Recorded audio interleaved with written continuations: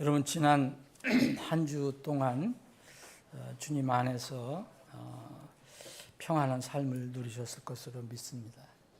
그런데 우리가 살고 있는 이 세상은 그렇게 평안하지 않은 것 같습니다. 참 마음이 우리가 그런 어떤 사건 사고에 연루가 되지 않았더라도 그런 소식을 들으면 마음이 참 불편합니다. 그런데 우리가 사는 이 세상은 이거를 피할 수가 없어요.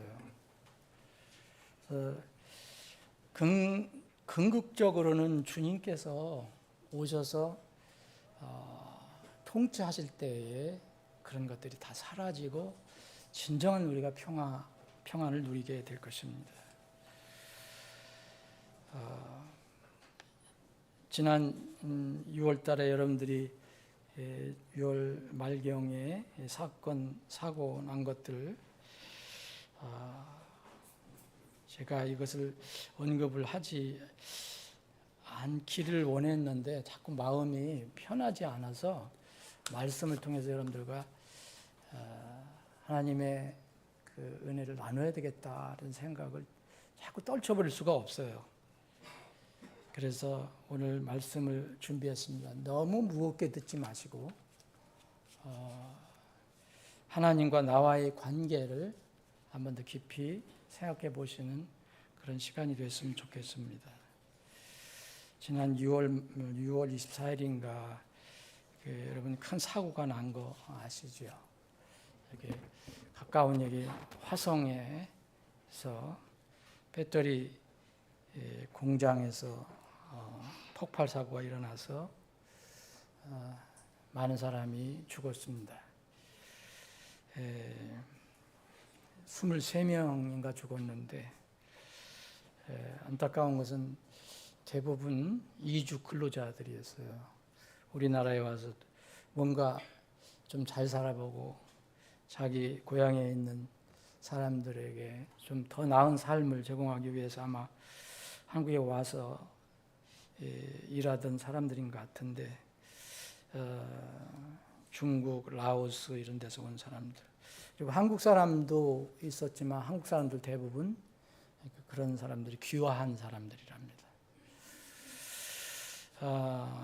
참 안타까운 그런 그 내용들을 들어보니까 참 안타까운 것들이 참 많습니다.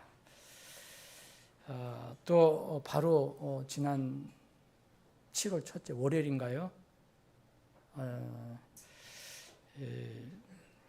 여러분 아시지만 서울시청 앞에서 그 역주행 교통사고가 일어났는데 너무 참 민망하고 안타깝습니다.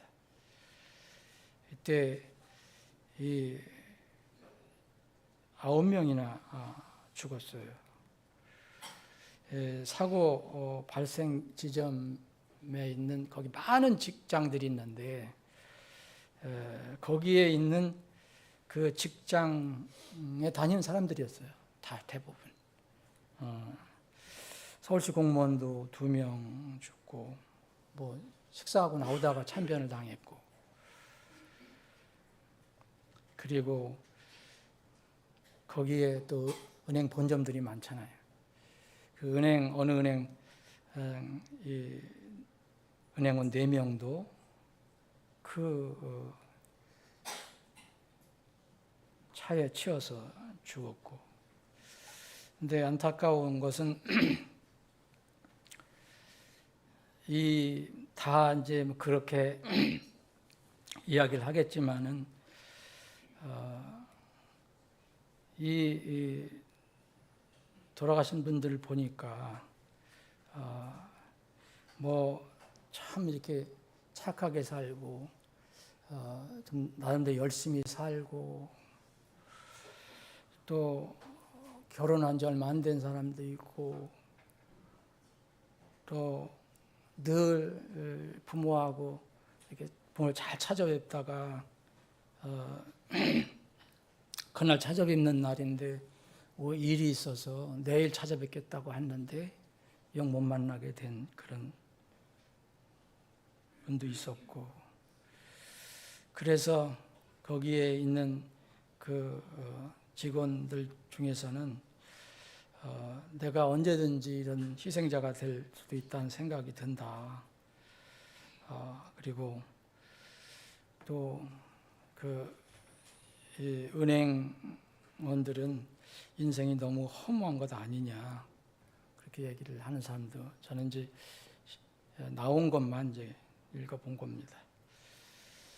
그리고 어떤 분은 열심히 살아봤자 뭐하나, 이렇게 착한 놈부터 데려가는데 라고 이렇게 얘기하신 분도 있고, 그리고 어쨌든 참 저는 마음이 굉장히 불편했습니다.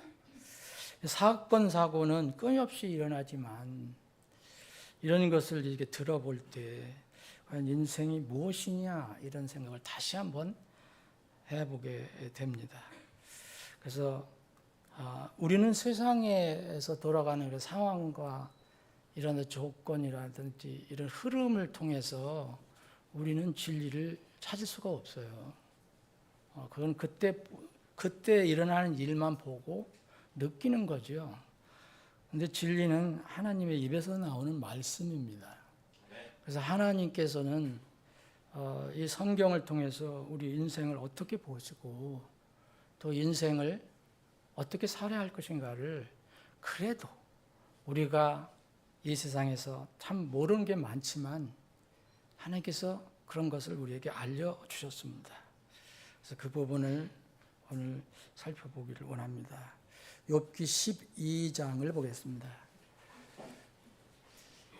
838쪽, 제가 가지고 있는 성경으로는 838쪽입니다. 여러분들이 가지고 계신 성경을 그대로 읽으시면 되겠습니다. 10절부터 제가 읽겠습니다. 모든 생물의 혼과 모든 사람의 숨이 그분의 손 안에 있느니라. 귀가 말들을 시험하지 아니하냐, 입도 음식을 맛보지 아니하냐. 늙은 자에게 지혜가 있고 날들이 긴 자에게는 명철이 있느니라. 그분께 지혜와 힘이 있고 그분은 계획과 명철을 가지셨도다. 보라, 그분께서 허무신즉 그것을 다시 세울 수 없으며 그분께서 사람을 가두신즉 열 수 없느니라.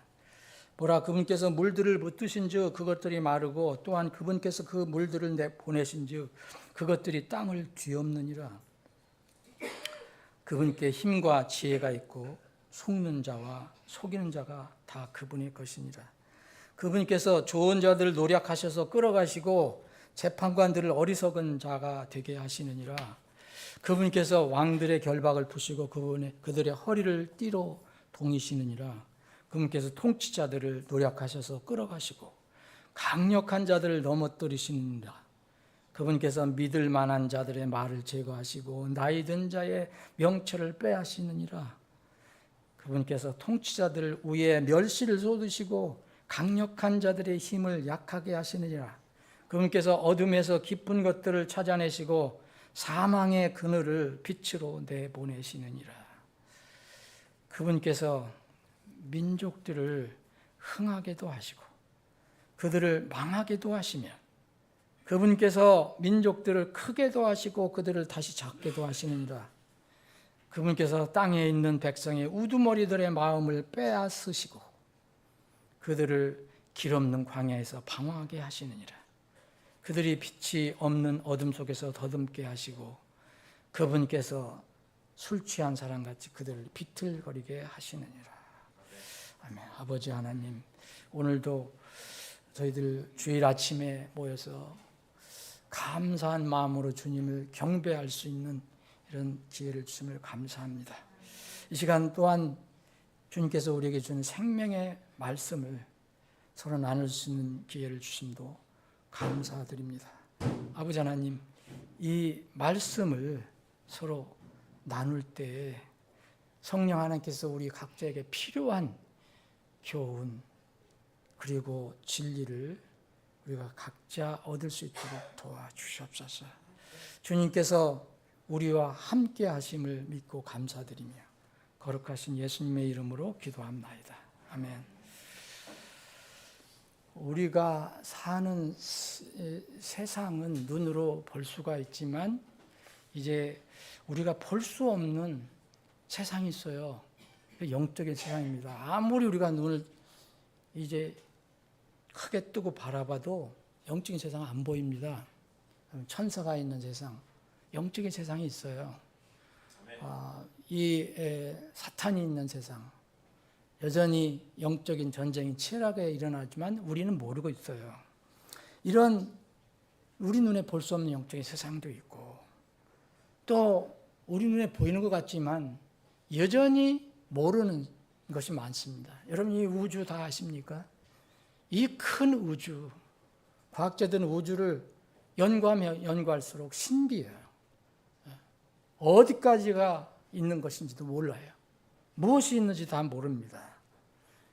그런데 그건 분명히 신비인데 이 땅에서 사는 것도 정말 신비입니다. 저는 이게 미스테리라고 생각합니다. 내일을 알 수 없고 그 끝만 성경은 말씀하고 있기 때문입니다. 너희는 내일 무슨 일이 있을지 알지 못하는도다. 왜냐하면 너희 인생이 무엇이냐? 그것은 잠시 나타났다가 사라져버리는 수증기니라 라고 했어요.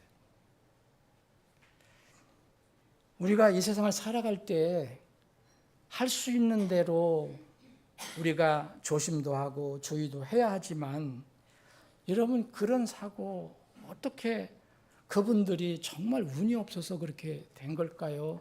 모르겠어요, 저는. 그분도, 그 운전을 한 분도 일부러 그렇게 했겠어요. 보니까 이게 뭐 급발진이라고 하는데 제가 보기에는 이렇게 누가 연구한 걸 보니까 급발진이 아니라 착각한 것 같아요. 착각. 그래서 악셀을 더 밟은 거 아닌가 하는 생각도 드는데 모르겠어요. 나중에 나오겠지만. 근데 얼마나 당황했겠어요. 그 길이 들어가는 길이 아닌데 들어가 버린 거죠. 그러니까 역주행이 되어버렸잖아요. 여기서부터 당황하지 않았나 하는 생각이 듭니다. 어쨌든 우리가 아무리 주의하고 주의한다 하더라도 우리가 이 땅에서 사는 삶의 안전은 보장이 되는 게 아니에요. 정말 여러분 주의해야 됩니다. 그런데 주의한다고 우리 인생의 안전이 보장되느냐? 그건 아닙니다. 그래서 사람들은 운명을 얘기해요. 그래서 팔자소관을 얘기해요. 팔자소관이란 뭡니까? 타고난 운수로 이미 정해진 그런 삶이라는 거 아닙니까? 이것이 아니에요. 성경을 읽어보면 읽어볼수록. 자, 오늘 잠깐 읽어봤어요, 이 부분. 이 부분은 아주 성경 많은 말씀 중에서 한 부분, 조그만 부분이에요. 모든 여기서 나오는 삶의 주관자는 누구냐 이거죠. 그건 누구든지 이건 읽으면 알 수 있어요. 누가 주관자이십니까? 그분이에요. 하나님이에요. 이건 다 성경을 읽으면 우리가 이해할 수가 있는 겁니다. 우리가 운명이나 팔자소관에 따라서 운이 없어서 그렇게 된 게 아니고 우리가 알 수 없지만 하나님께서 이 세상을 주관하시고 사람의 생명도 모든 생물의 혼과 모든 사람의 숨을 그분의 손에 있기 때문에 그분께서 우리는 전권을 가지고 계신 분이다. 전지전능하신 분이라고 이렇게 믿고 그분께 의지하며 사는 겁니다. 우리는 정말 태어난 연월 시에 의해서 무슨 사주를 보고 또 뭐 사주 몇 간지 여덟 간지 이렇게 해갖고서 하는 한평생 운수로 팔자로 정해지는 게 아니라 우리는 다 알 수 없지만 피조물인 사람은 그 생명과 안전이 그분의 손에 있다는 것을 다시 한번 생각해야 합니다. 그래서 성경은 인생의 생명의 원리가 있고요. 그리고 그 생명의 안전의 원리가 성경에 있습니다. 오늘 본문에 보면은 여기에 6절에 보면은 이 차절에 온 곧바로 의인이 비웃음을 당하고 업신여김을 당한다는 거죠. 이 세상에서 있을 수 있는 거예요. 그리고 6절에 보면 강도들의 장막들은 형통하다. 있을 수 있어요. 이 세상에서는. 정말 악한 사람이, 어떻게 잘 속이는 사람이, 또 어떤 비열한 사람이 이 세상에 승승장구하고 잘 살고 권세 잡고 살 수가 있어요. 그리고 그 사람들이 더 안전하게 사는 것 같아요. 그랬잖아요. 강도들의 장막들은 형통하고 하나님을 경노하게 하는 자들은 안전하다. 우리가 보기에는 그래요. 그리고 이 욥이 자기 새 친구가 얘기한 것을 듣고 너무 답답해서 한 얘기거든요. 근데 왜 하나님께서 그들의 손에 왜 풍성한 것을 갖다 주는지 그 얘기 아닙니까? 하나님께서 그들의 손에 풍성히 갖다 주시는도다. 피상적으로 볼 때는 그렇다는 거예요. 그런데 이제 우리가 10절서부터 읽은 것처럼 이제 욥은 다시 정신을 차리고 이야기합니다. 그 사람들 승승장구하는 것 같고 또 정말 나쁜 짓 하면서도 옳지 않으면서도 이렇게 세상에 잘 사는 것 같지만 그 사람의 숨 쉬는 거 주님의 손에 있다고 고백을 합니다. 그래서 이 뒤로는 하나님께서 이렇게 하시는 것은 아무도 막을 수가 없다. 어떤 사람이든 어떤 왕들이든 통치자들이든 믿을 만한 사람이든 나이 든 사람이든 명철 있는 사람이든 그리고 심지어는 민족들의 흥망성쇠도 그분의 손에 있는 것이다 라고 결론을 냅니다. 당장 눈에 보이는 것만으로 판단하는 것은 어리석은 것입니다. 궁극적으로 주님이 모든 것을 주장하시고 최종적으로 정확히 판단하고 심판하실 것입니다. 사람의 안전, 평화, 평안, 형통, 이것은 환경, 조건에 의한 것이 아니라 궁극적으로는 다 하나님의 공의, 정의에 의해서 결정이 되고 그렇게 나중에 될 것이다. 그것이 바로 주님과의 관계에 의해서 결정된다는 것입니다. 시편 23편 그 유명한 여러분들이 시편을 잘 아시죠? 4절에 보면 참으로 내가 사망의 그늘진 골짜기를 다닐지라도 그랬어요. 지금 상황이 그렇게 보이더라도 내가 해악을 두려워하지 아니하리니 그랬어요. 이 땅에서의 그 어떤 것도 그 또 어떤 재앙도 해악도 난 두려워하지 않는다. 이유를 얘기합니다. 이는 주께서 나와 함께 계시며 주의 막대기와 지팡이가 주의 지팡이가 나를 위로하시기 때문이니다라고 얘기합니다. 분명한 이유를 이 시편 기자는 말하고 있습니다. 그래서 성경은 우리가 보기에는 참 어떤 때는 이해가 안 되는 부분처럼 보이지만 여전히 하나님 편에서 볼 때는 이 땅의 모든 사람들에게 해당되는 생명의 원리가 있어요. 생명의 원리. 이것은 모든 생명의 주는 누구냐 이거죠. 여기에 생명의 원리에는 사람뿐만 아니라 모든 생물도 다 들어가요. 모든 생물의 혼과 모든 사람의 숨이 그분이 손안에 있느니라. 이것이 생명의 원리입니다. 모든 사람의 숨은 내가 숨쉬고 사는 것은 내가 아니라 내 뜻대로 내 능력으로가 아니라 주님이 이 숨의 주인이라고 얘기하는 겁니다. 이 욥기는 계속 이런 말씀을 합니다. 욥기 장에 보면 이런 말씀도 있어요. 욥기 34장 14절 15절 보면 만일 그분께서 자신의 마음을 사람 위에 두신다면 만일 그분께서 그의 영과 그의 숨을 자신에게로 거두신다면 하나님께서 마음을 모시고 하나님 계획에 따라서 이제 어떤 사람에게 우리는 다 모르지만 어떤 계획을 실천하실 때 뜻을 이루실 때 그분께서 그의 영과 그의 숨을 자신에게로 거두신다면 어떻게 됩니까? 모든 육체가 함께 멸망하며 사람은 다시 흙으로 돌아가리라 얘기합니다. 생명을 주님께서 주장하심을 우리는 믿고 사는가? 어떤 상황에서든지. 그러면은 가장 긴급한 문제가 있어요. 이것은 바로 영혼의 구원 문제입니다. 이 문제를 해결하는 겁니다.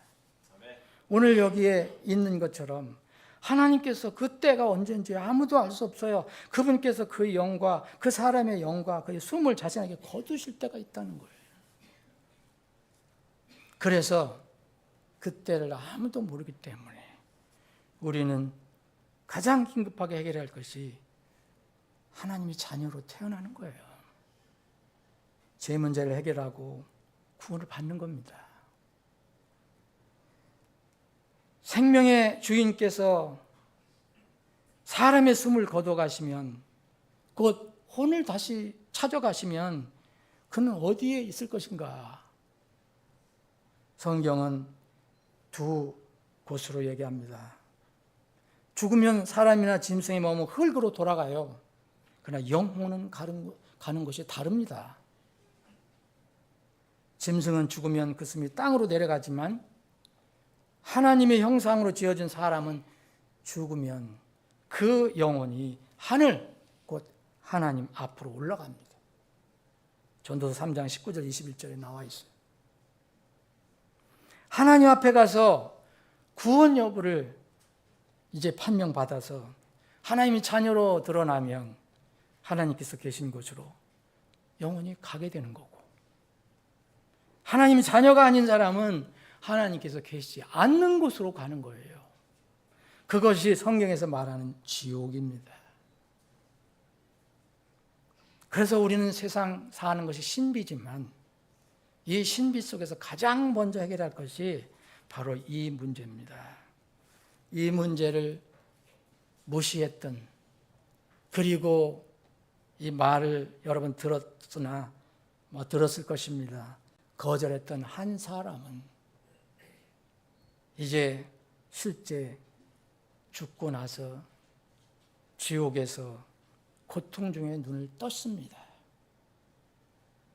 누가복음 16장에 보면 그 부자가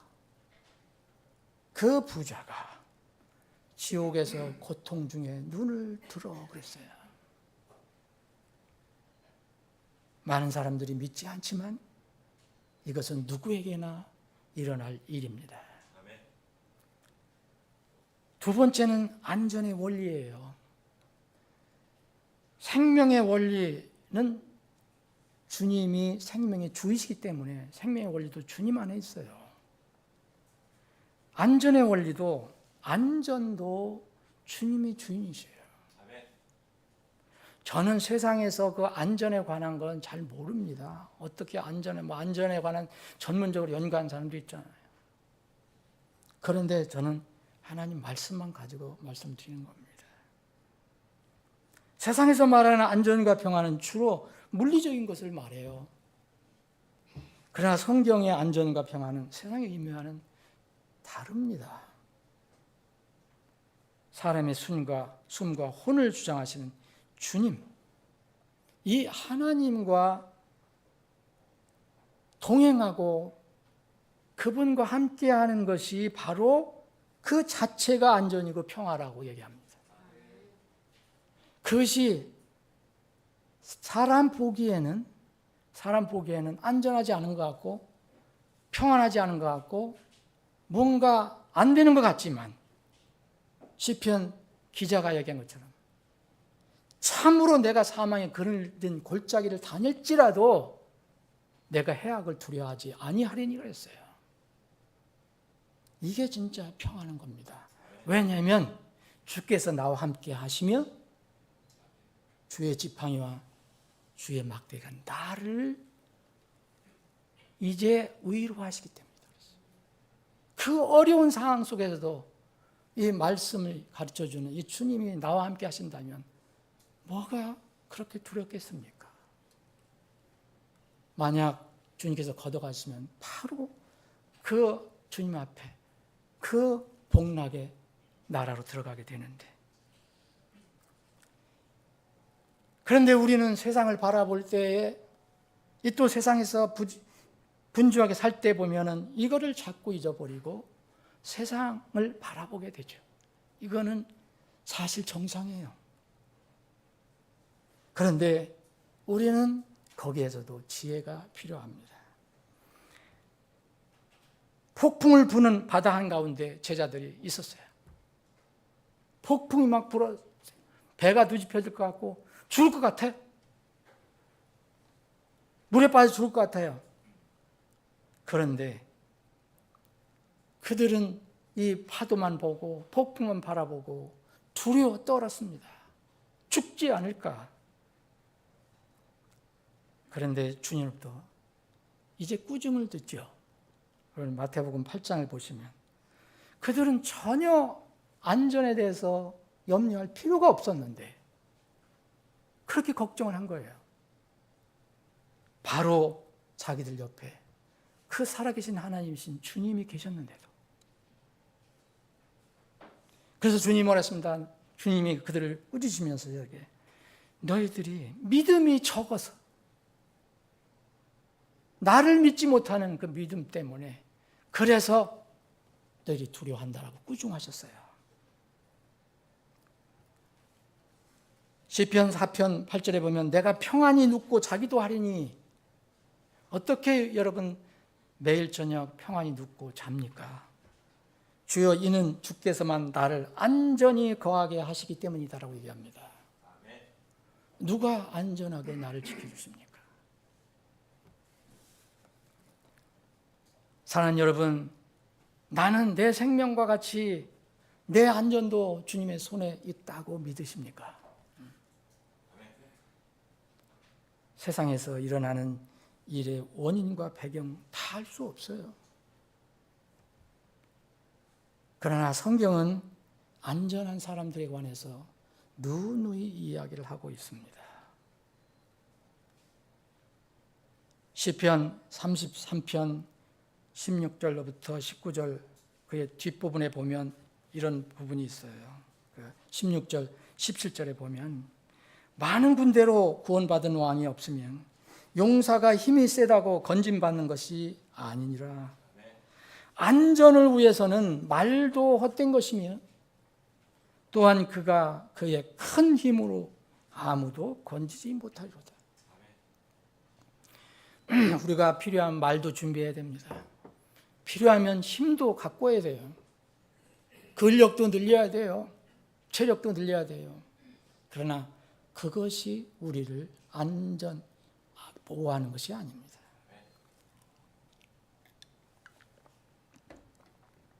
이스라엘 백성에게 법으로까지 이제 하나님께서는 주셔서 안전에 관해서 말씀하셨어요. 레위기 25장 18절 19절에 보면 그런즉 너희는 내 법규들을 행하며 내 판결의 법도들을 지키고 그것들을 행하라. 그리하면 너희가 그 땅에서 안전하게 거할 것이니라. 주님이 이것이 공수표로 말씀하신 걸까요? 땅이 자기 열매를 내리니 너희가 배불리 먹고 거기에서 안전하게 거하리라. 앞에 말씀이 중요합니다. 너희는 내 말들, 내가 하는 말들을 지키고 행하라 라고 말합니다. 잠언 29장 25절 사람을 두려워하면 올무에 걸리려니와 누구든지 주를 신뢰하는 자는 안전하니라. 안전은 주님부터 오는 겁니다. 생명의 원리, 그리고 이제 안전의 원리가 분명히 성경에 있습니다.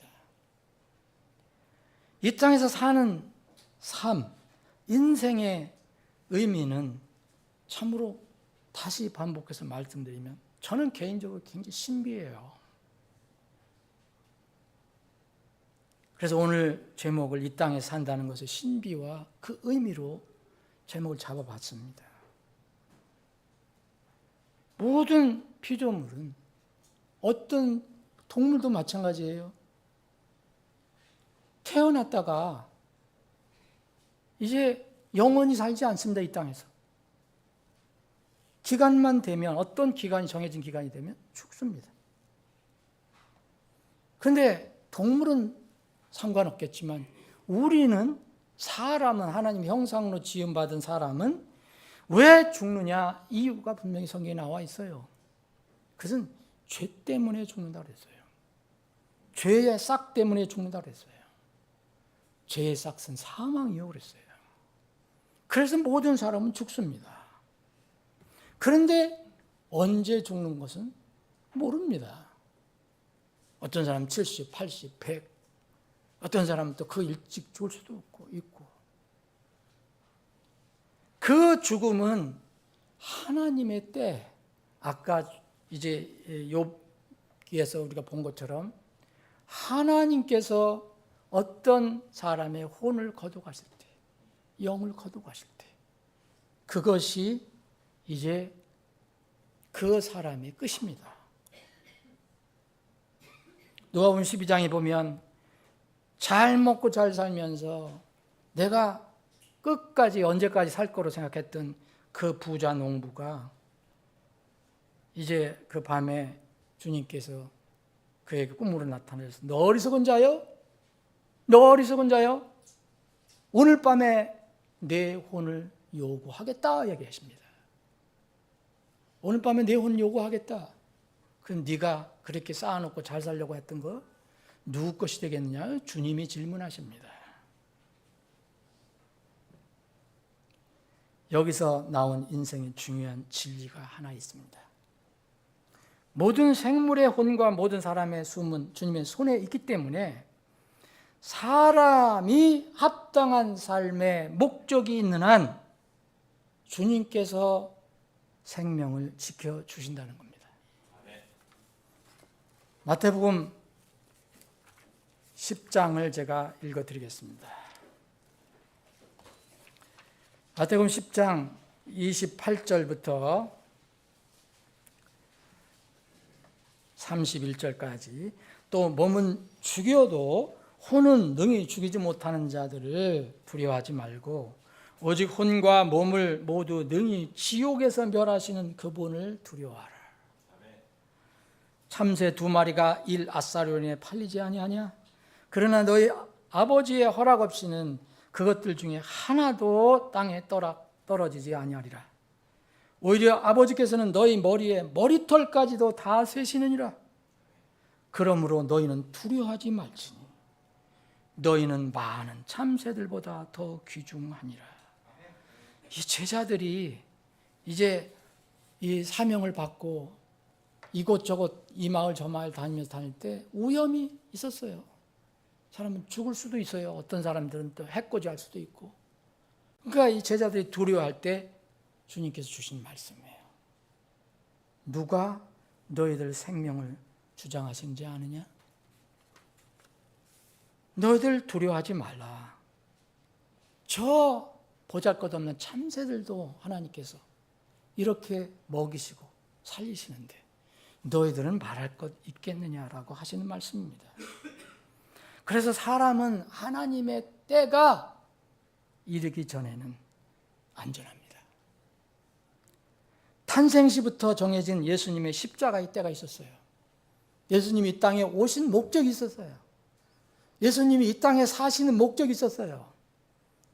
그 목적이 이루어지기 전까지는 예수님은 절대 죽지 않으십니다. 여러분, 그때가 오기 전에 주님은 죽지 않으셨다는 것을 성경이 자꾸 반복적으로 말씀하고 있어요. 우리는 그냥 지나쳐 읽는 거예요. 그냥. 요한복음 7장 6절에 보면 내 때는 아직 오지 아니하였으나 너희 때는 늘 준비되어 있다. 주님께서 말씀하시는 것은 이제 십자가에서 돌아가시는 때를 얘기하는 거예요. 아직 아니다. 하나님께 정하신 날이 아니야. 요한복음 7장 8절 나는 아직 올라가지 아니하겠다. 그때 이는 내 때가 아직 차지 아니하였기 때문이라. 너희가 어찌하여 나를 죽이려 하느냐? 7장 19절에 보니까 나옵니다. 그런데 이제 7장 30절에 보니까 그때 그들이 그분을 붙잡으려 하였으나 아무도 그분께 손을 대지 아니했으니 이는 그분의 때가 아직 이르지 아니하였기 때문이라. 예수님은 하나님께서 맡겨주신 그 사명을 완전히 이루시고 가셨어요.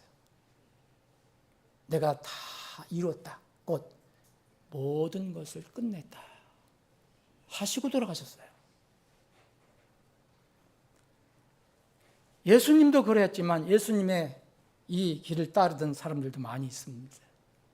구약 성경에도 하나님의 사명을 받은 사람들이 많이 나옵니다. 그 사람들은 하나님이 정하신 그 일이 끝나기 전에는 죽을 수가 없어요. 아브라함에게 하나님께서 약속을 주셨어요. 너를 통해서 네가 복을 받고 너를 통해서 모든 민족들이 복을 받을 것이다. 근데 준비를 해야 되잖아요. 뭔가 준비를 해야 되잖아요. 많은 민족들의 조상이 되기 전에 곧 자신의 씨가 있어야 되는데 많은 민족들의 복을 받아야 되는데 자신의 씨가 없으면 안 되잖아요. 그래서 자신의 씨 이삭이 세워지기 전에 아브라함 죽을 수가 없습니다. 그래서 아브라함은 자기 씨 이삭을 세워놓고 이제 175세에 하나님 부르심을 받습니다. 이삭도 비슷합니다. 이삭은 예수님의 모형이잖아요. 모리아산에 이제 아버지가 가서 제물로 바치라. 하나님께서 그러시니까 가서 이 제물로 바치게 됐는데 거기서 죽으면 어떻게 됩니까? 그런데 주님께서 여호와 일에 이 일을 하셨잖아요. 모리아산에서 제물로 바쳐진 이삭은 거기에 죽지 않습니다. 이삭이 이제 또 야곱을 낳아야 되고 그 야곱을 통해서 이스라엘의 12지파가 세워져야 돼요. 이게 하나님의 계획과 뜻 가운데 있는 것입니다. 이 12지파가 세워지기 전에 야곱은 죽을 수가 없어요. 이삭은 야곱을 낳기 전에는 죽을 수가 없어요. 야곱은 얼마나 죽을 고비를 많이 넘겼는지 아시죠?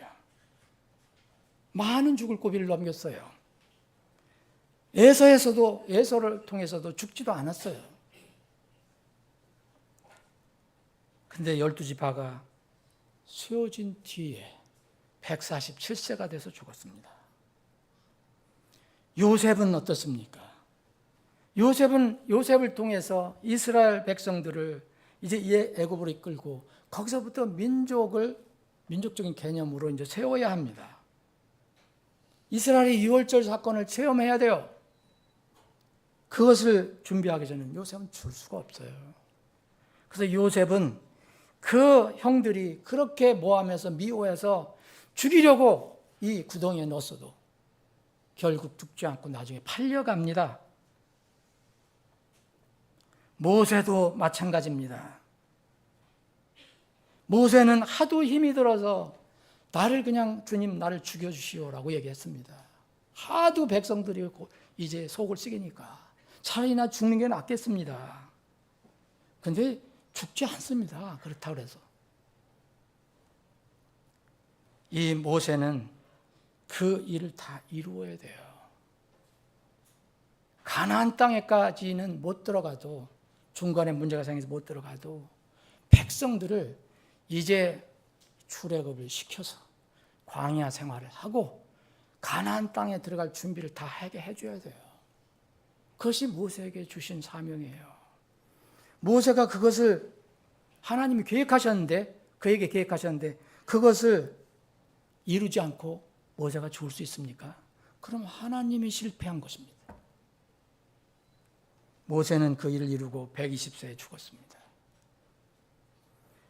여호수아도 마찬가지고 엘리야도 마찬가지고 엘리사도 마찬가지고, 엘리야도 얼마나 죽기를 원했습니까? 가장 지독했던 그 악한 왕 아합 왕, 가장 악한 여자 이세벨이 날마다 죽이려고 했는데 하나님이 사명이 있기 때문에 죽지 않았습니다.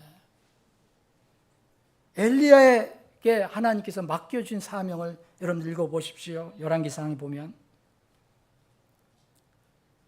그가 누구를 가서 안수해서 세워줘야 하는 일이 이루어져야 돼요. 그리고 후계자 엘리사가 세워지기 전에는 그는 이 땅에서 살아가야 해요. 이제 엘리사가 세워줌으로 그는 하나님께서 산채로 하늘로 끌어올리셨습니다. 여러분, 사도 바울도 마찬가지입니다. 우리가 존경하는 사도 바울, 몇 번의 죽을 고비를 겪고 마지막 선교 여행에서 유로클루든 폭풍으로 표류를 해서 캄캄한 바다에서 죽음의 그림자가 그를 덮칠 때 그가 죽었나요?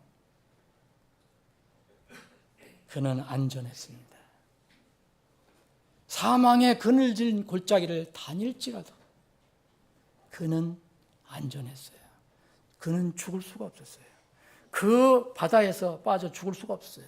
이유는 하나님께서 그에게 맡기신 사명이 있었어요. 그날 밤에, 그 깜깜한 밤에 이제 이 고통받는 사도 바울 앞에 하나님의 천사가 나타났어요. 그러면서 하나님의 그 계획을 이제 말씀해 줍니다. 내가 반드시 카이사르 앞에 서리라, 인도되리라 그랬어요. 근데 거기서 물에 빠져 죽으면 안 되잖아요. 그런데 성경은요, 하나님 눈에 더 이상, 하나님이 보시기에 더 이상 인생에 살 가치가 없다고 생각할 때, 여러분 성경을 보면은 구원받을 기회가 반복적으로 기회를 주었지만 계속 거절해서 하나님께서 더 이상 긍휼을 베풀지 않으실 때가 있다는 것을 성경 알려주고 있습니다. 근데 그때가 언제인지 우리가 모르는 거예요. 바라오도 그랬고, 여러 번 바라오는 기회를 받았잖아요. 나발도 그랬고, 아합도 그랬고,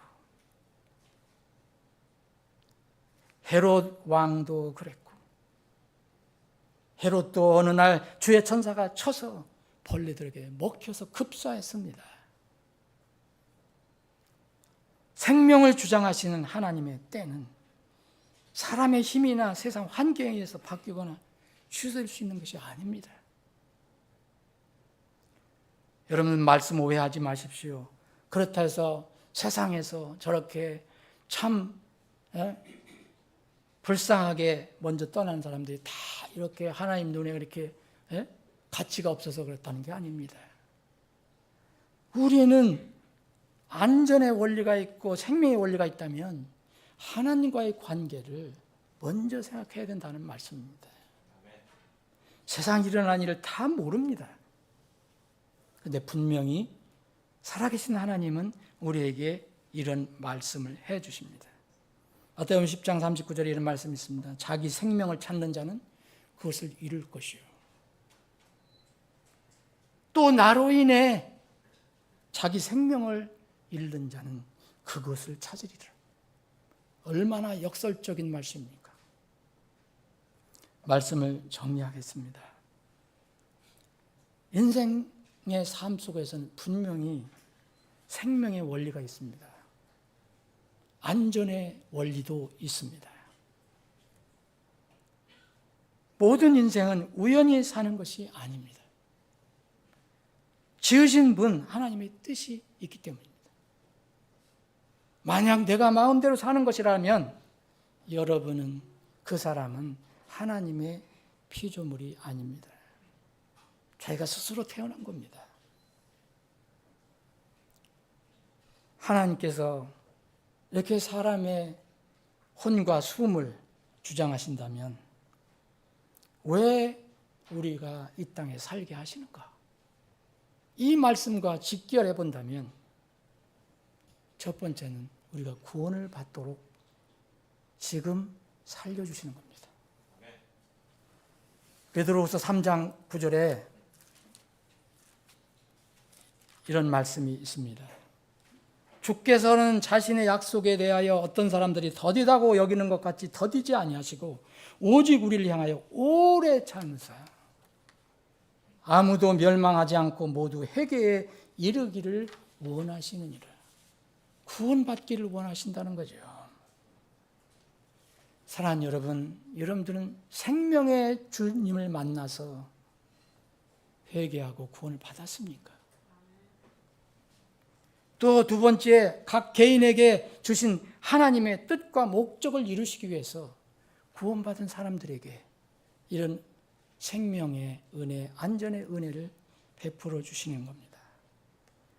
하나님께서 정하신 삶의 목적이 있는 사람, 곧 해야 할 일이 있는 사람은 그의 숨이 주님의 손에 있기 때문에 안전합니다. 사랑하는 여러분, 지금 여러분들이 사는 인생에서 여러분들 각자에게 하나님께서 주신, 가지고 계신 하나님의 뜻과 목적을 인식하고 사십니까? 만일 아직도 삶의 목적이 없다면 지금 미루지 마시고 오늘부터 주님의 명령을 내 삶의 목적으로 삼고 안전과 평안한 삶이 되시기를 주님의 이름으로 축원합니다. 기도합니다.